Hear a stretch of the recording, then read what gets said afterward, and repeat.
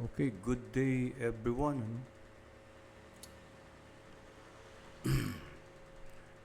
So we will be using TradingView for the SMC and yung ating manual top-down analysis.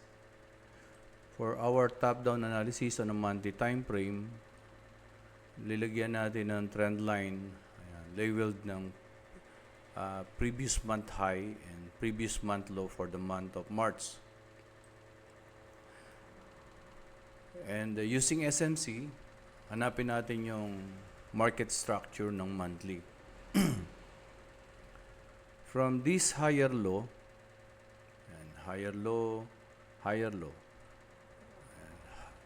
lower high, higher high. So, ibig sabihin, from lower high, nagkaroon ng higher high, no? And then higher low becomes higher low, no? At the same time, possible na ito ngayon yung maging higher high. And with this equal high, nagkaroon ng break-up structure yung higher high. So, it means ito talaga is, obviously naman talaga is bullish, di ba? Ang market structure niya is uptrend.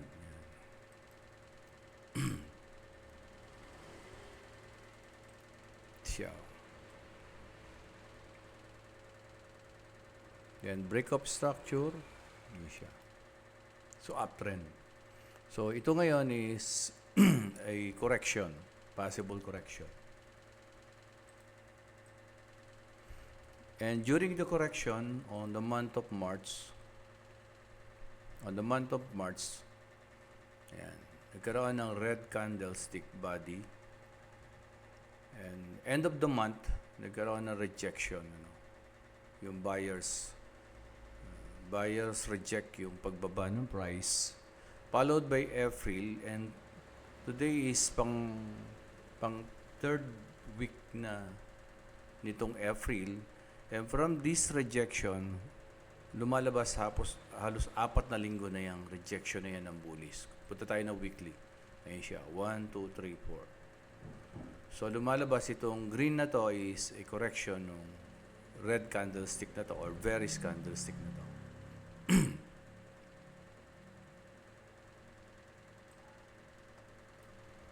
And using the SMC, makikita natin may nakalagay na weak high, strong low. Yan. So, weak high, possible talaga na dumiretso pa yung price. Pero at this moment, dito tayo mag-focus in between the range of previous month high and previous month low. Kaya lang masyadong malaki ang previous month high, previous month low. So, we go down lower time frame para mas makita natin ano yung green na yon.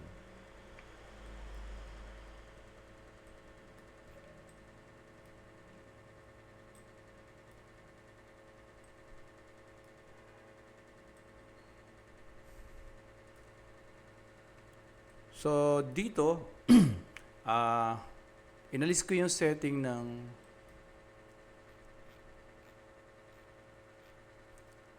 high and low ng weekly and monthly. Instead, ginawa kong manual yung paglalagay ng high and low ng weekly and monthly. Lalo na kung marunong naman na tayo. No? So, paano ba yon? So, ang nilagay ko, kasi pagka yung weekly, ang ginamit ko sa SMC, isang week lang. Dito na ilagay ko yung previous week, last week, last week, and last week. So, mas maraming data yung nakikita ko. Obviously, makikita natin there is a higher high, higher low. Higher high, ito high. Higher high, higher high, higher high. Low, higher low, higher low, higher low. So, this is obviously an uptrend. And looking at the candlestick body, makikita mo talaga. No? The formation is bullish. Ang maganda dito, I was able to put previous week high, previous week high, previous week high. Tatlong previous week high yan. And previous week low, tatlo.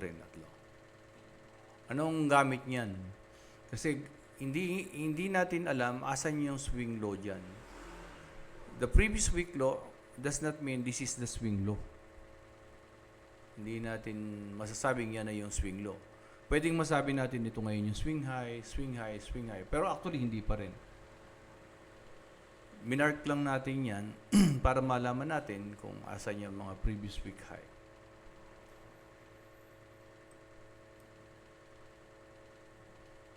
And at the moment, andito tayo ngayon sa range ng previous week high na to. Ito yung last previous week high na break. And yun nga lang, may week, upper week, ibig sabihin, nagpo-pull back yung price below the previous week high. Not the latest previous week high, the previous week high. Nag-pull back siya ron.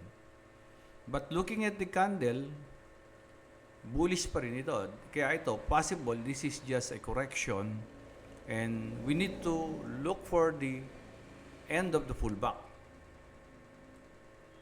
Kung saan mag-e-end yung pullback and possible magko-continue yung uptrend.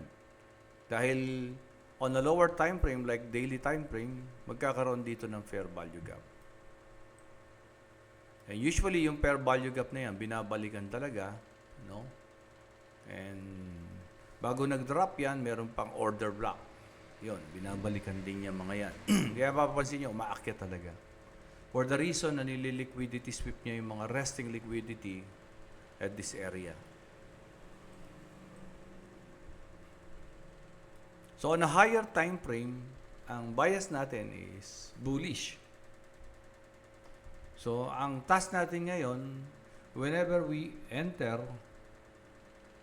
on a lower time frame, ma-align tayo kay higher time frame, let's say weekly.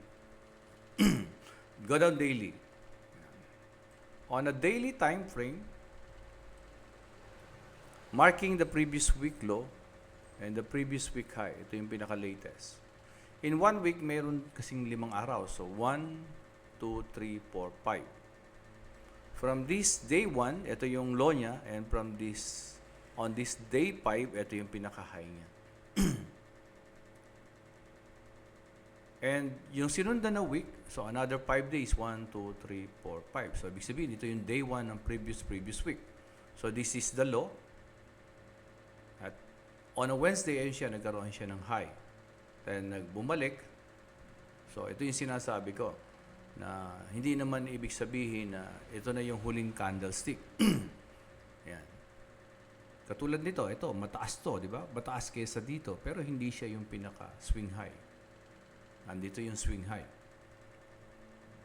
So, 1, 2, 3, 4, 5, ayun yung previous week high. Ayun yung na-liquidity sweep. Ito, na-liquidity sweep din ito. So, kung i-mark natin yan from this day 1, ayun siya. Then, nag-pull back. Tapos, ayun siya.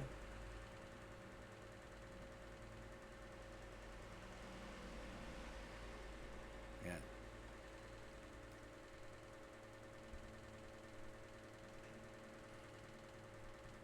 So, dito, using that data na nilagay ko, nakikita ko saan ba nag-pullback. Ano ba? Tulad nito, di ba? This candlestick, red, ayan yung green. So, bumalik, red. Ito yung huling-huli. Di ba? Ito yung pinakahuling green. Then, bumalik dito. Hindi may consider na pullback ito. Ito ang pullback kasi na-violate niya to. Ito ngayon, mangat na naman. This is the last red, mangat. Yan. Kaya hindi niya yan kino-considered na pullback ito. Hindi niya na break itong low na to. Hindi niya na break. Pero, na-break niya to. Ito, na-break niya. Yan. So, medyo parang okay pa din. Yan siya.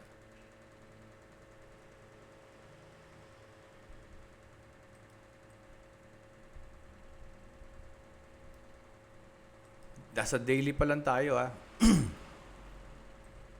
So, kung yan, kukuhanin ko yung pinaka old niya.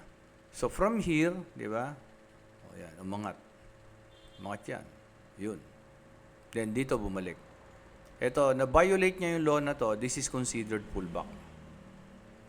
And from this point, umakyat na naman. And then, ito yung huling green na violate yung law. Yan. This is can be considered as pullback. Yun nga lang, medyo nag-sideways. And then, from this red, ayun, umangat na naman. Yan. So, na-violate itong law nito, ayun, kaya pwedeng ito i-considered na pullback. Then, umangat na naman. Kaya, na-violate ito, pwede na rin naman ito. Yun nga lang, hindi na ganun ka.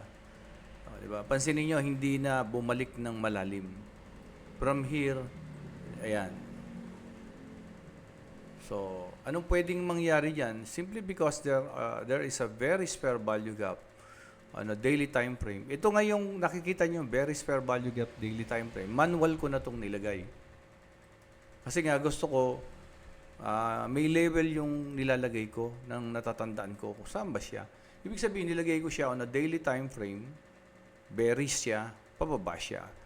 So instead na color coding yung fair value gap ko kasi magiging very colorful yung chart na ginawa ko gray and then black yung level ko. Ayan. So this is a very fair value gap. It could act as our resistance now. Ayan.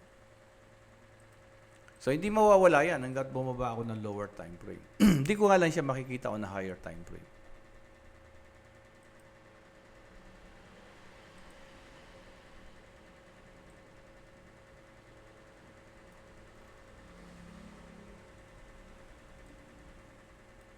So kung mapapansin natin, merong high dito, lower high, higher low, and then choke. Yung choke kasi, halimbawa, yan, gumanyan yan. Yan. Yan, choke. Ibig kasi higher low kasi ito eh. So dapat kasi dito lang ito. Yan. Pero since bumaba yung price dito, nagkaroon ng change of character. From, pag ganyan dapat yan eh. So, parang ngayon, magda-downtrend. Magda-downtrend siya, yan. So, di ba yung sa 1 month, nagdire-diretso yan for how many weeks? And then, this is the pullback. So, ibig sabihin, ito yung pinaka-range. No, possible na ito yung pinaka-range, yan.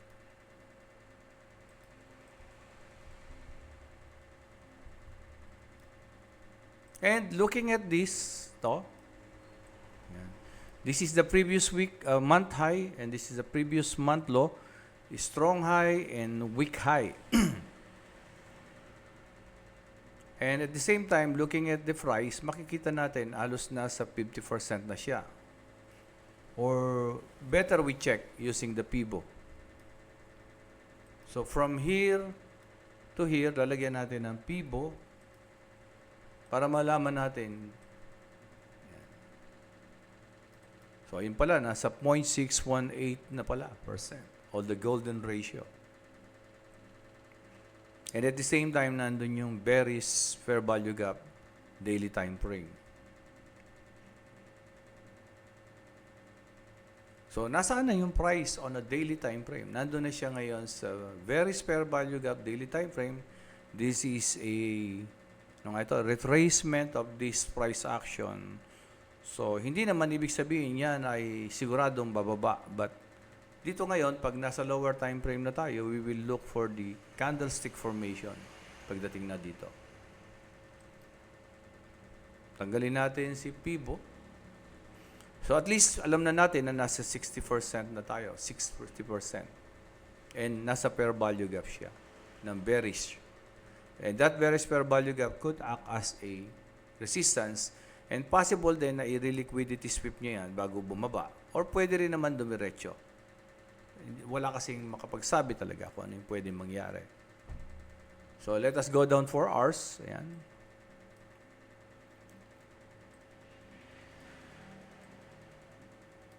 Sa 4 hours, makikita natin, ayan siya.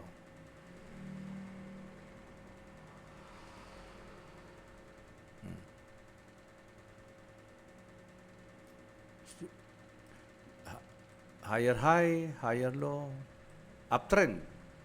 Uptrend yan.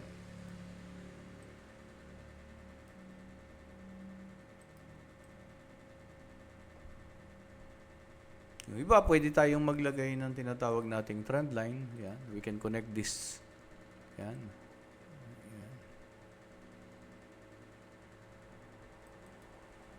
Pwede rito, yung una. Yan. Ay.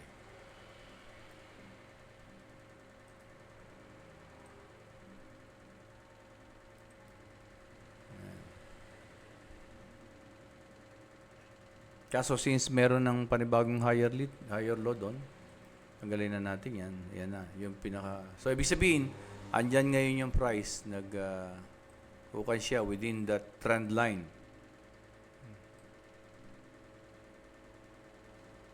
Yan. Palitan natin ng green. Yan.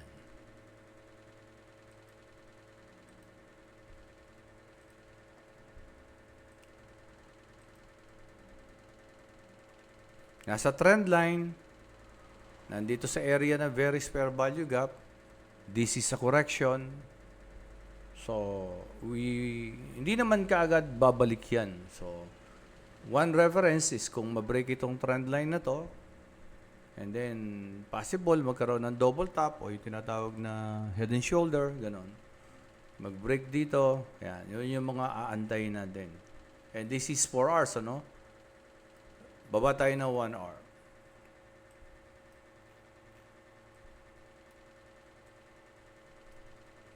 So, ayan, 1 hour, no? Lower high, higher high, higher low, higher low. Ayan. So, na-choke. Ibig sabihin, itong lower high, ayan, bumalik, choke. And then, nagkaroon dito ng pullback. Possible, nagkaroon previously dito ng choke. Order block, and then nagkaroon ng breakup structure, ito, from higher low, higher high, o then naging uptrend. Yan. Higher low, higher low, higher low, so uptrend. So higher high, ano? Yan. O yan. And then higher high, medyo hindi nga lang ganun ka, no? And then hindi na siya masyadong nag-pull back. Ito, nagkaroon ng sideways or consolidation, and then last Friday, nagkaroon ng breakout, and as you can see, mayroong pullback. But still, the price is still bullish. Asan nga lang siya? Ito ngayon, nandito siya sa trend line na to. Yan. Wala pa pala. So, about to approach the trend line. So at least alam natin yung market structure, alam natin kung nasaan yung price ngayon. So on the 1 hour. So on the market structure ng 1 hour is bullish. Yun nga lang, approaching siya kay very fair value gap.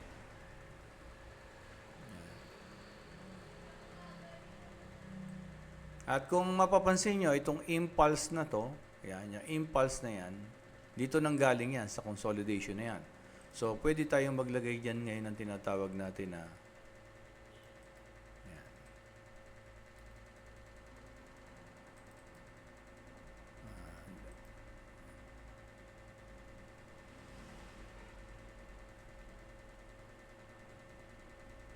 Okay. Pwede tayong maglagay dyan ngayon ng tinatawag na, lagyan natin ng text. Bearish.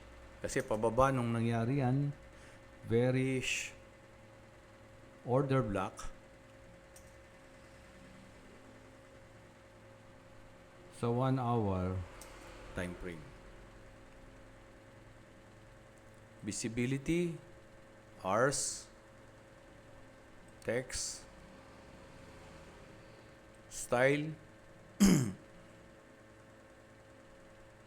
text, center, inside, and then save natin. Save as. Bearish. Order block. 1 hour. Time frame. So, ibig sabihin, nangyari yung order block na yan, nung bababa sa 1 hour time frame makikita, yun yan. Yun ang ibig sabihin yan. Okay. So, makikita nyo ngayon. Ayan.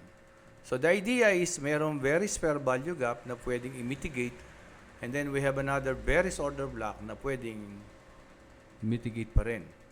Kasi may mga liquidity sweep dyan. Ito, nung time na to, bago bumaba yan, may mga sell. So there are liquidity na nandyan, resting liquidity. And this is 1 hour, ano? Again, ulitin natin, ano ang bias ng, ano ang market structure pala ng 1 hour is uptrend. Ayan, uptrend siya. Kaya mapapansin nyo, medyo nagkakaroon ng yung higher high, hindi na katulad nito, sobrang taas ng difference. Ito, hindi na. Ito, ganun din.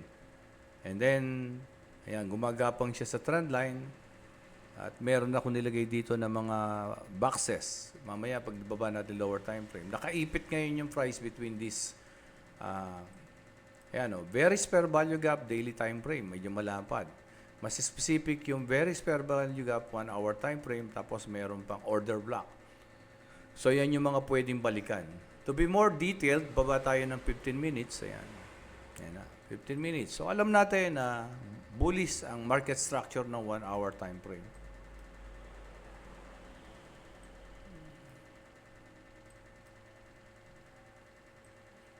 So, from here, ano ba yung order block? Tulad nito, puro green. Yung red na yon, yung mga red na yon, doon nang umpisa yung pag-impulse. Yun yung tinatawag na order block. Bakit ko nilagyan ng bullish? Kasi nga, nung tumaas. Ayan. Bakit ko nilagyan ng choke? Di ba? Ito, choke. Na-choke ito. Nung na-choke yan, nilagay ko to as na-create yung order block nung pagka-choke dito. Saan ko nilagay yan? 1 hour time frame. Sa 1 hour time frame nag-exist yan. Yung ganyan, no? Yun. And then we have another bullish fair value gap on a 1 hour time frame. So yun yung mga pwede niyang balikan. Pero sa 15 minutes, ayan. May mga fair value gap pa on a bullish fair value gap 15 minutes. Ayan, 15 minutes. Kung tamaan man ito, maaaring mag-react. So, huwag nating kalimutan na meron pang dito na pwede pang balikan. And there is another bullish choke order block. And the price is, and the market structure of 1 hour is bullish. So, ibig sabihin, pag nandito na yung price, the tendency is mag-bounce yan. Mag-bounce. But of course, we need to wait for the price na bumaba dito. Somewhere here in the bullish choke order block. So, we wait for the liquidity sweep. Ayan. Kahit naman hanggang dito, pwede yan eh. We wait for the liquidity sweep. And then, confirmation, ayan, pwedeng ganun, bago tayo mag-buy. Kasi hindi pa naman nami-mitigate yung mga bullish fair value gap dito, both daily, 1 hour, at saka yung tinatawag nating order block. Hindi pa nami-mitigate yan. Ayan, no? Major swing, very fair value gap, ayan. So ayan, naglagay nga din pala ako ng major swing high sa 15 minutes at saka major swing low sa 15 minutes. Bakit? Ito kasi, mapapansin nyo ito, from here, diba? From here, mapapansin nyo diretso to. So ayan siya. So lumalabas ito yung pinaka-range niya. So this is the major swing high, 15 minutes. Ito yung the major swing low ng 15 minutes. Ayan. Then, ito ngayon, parang nag-pullback. Ayan, pullback. Nag-pullback ito. After the pullback, ito na naman. Ito. Parang dito na naman nag-umpisa. Yung ito. There is another low. Ayan. So, pwedeng ito. Ayan. And then, there's another high. So, parang ito ngayon yung range. This now the major swing high and the major swing high 15 minutes. Sa 15 minutes ko nilagay.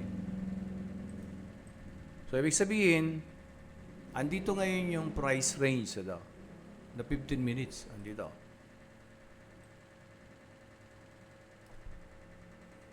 And since the bias of the 1 hour is bullish, so I'll wait for the candlestick na makarating dito para ma-align ako. Kung magbabay ako, naka-align ako sa 1 hour.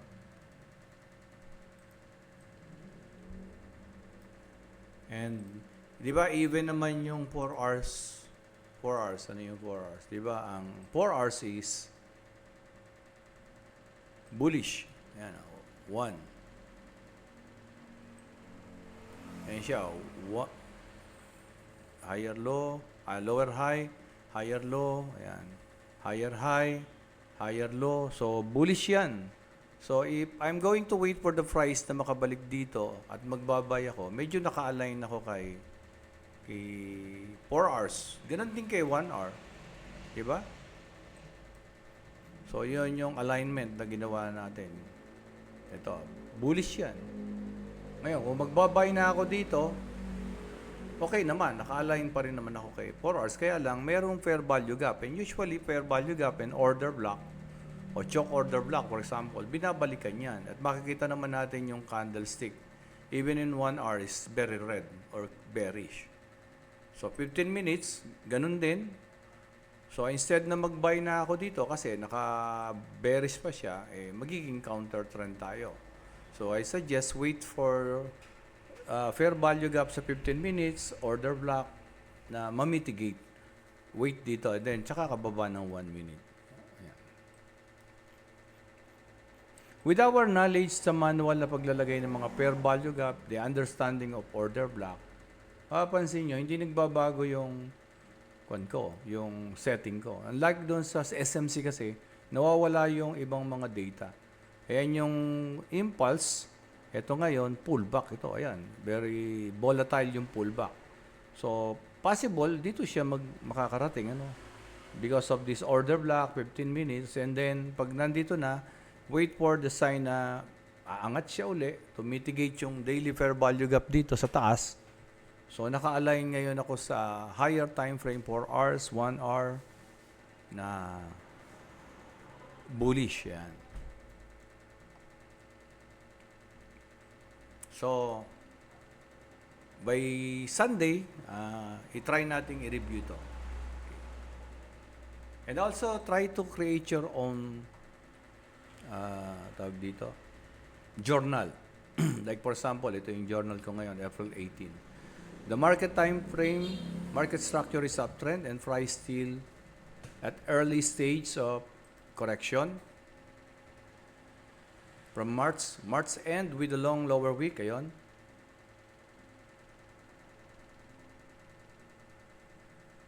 Which also means that the buyer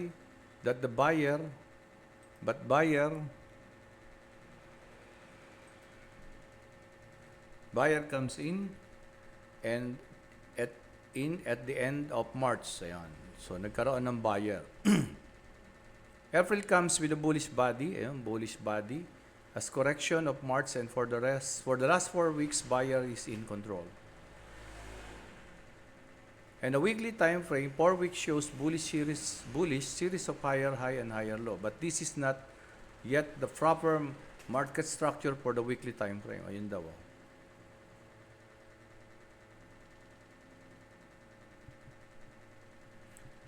Higher and higher low is not the detailed swing low and swing high. To get the detailed swing high and swing low, we need to go down to the lower time frame, daily time frame, 4-hour time frame, and 1-hour time frame. But before we check the daily time frame, we look for the volume of the weekly. It shows less volume on the weekly basis, which means buyers are being exhausted probably. But this is long term. It will not react instantly. Price is trying to reach the very fair value gap daily time frame. Ayun.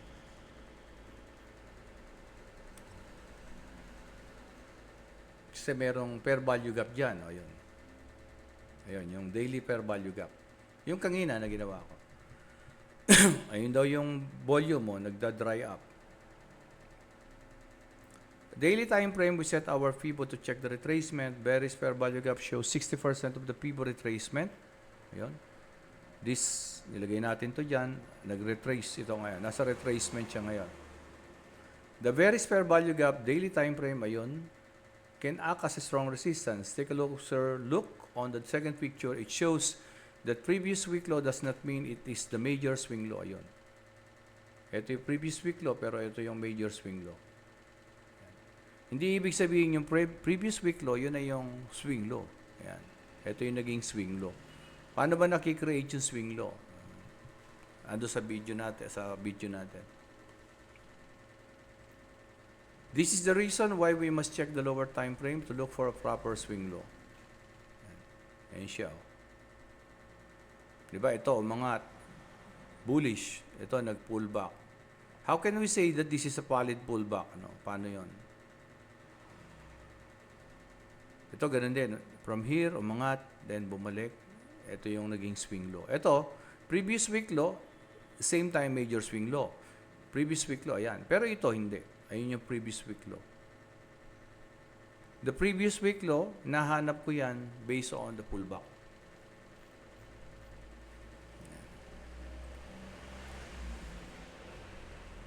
So, by tomorrow, ma-review natin uli yan. So, pag ganyan kasi, ayan, talagang nakakalito yan pag hindi mo nakuha yung idea niyan.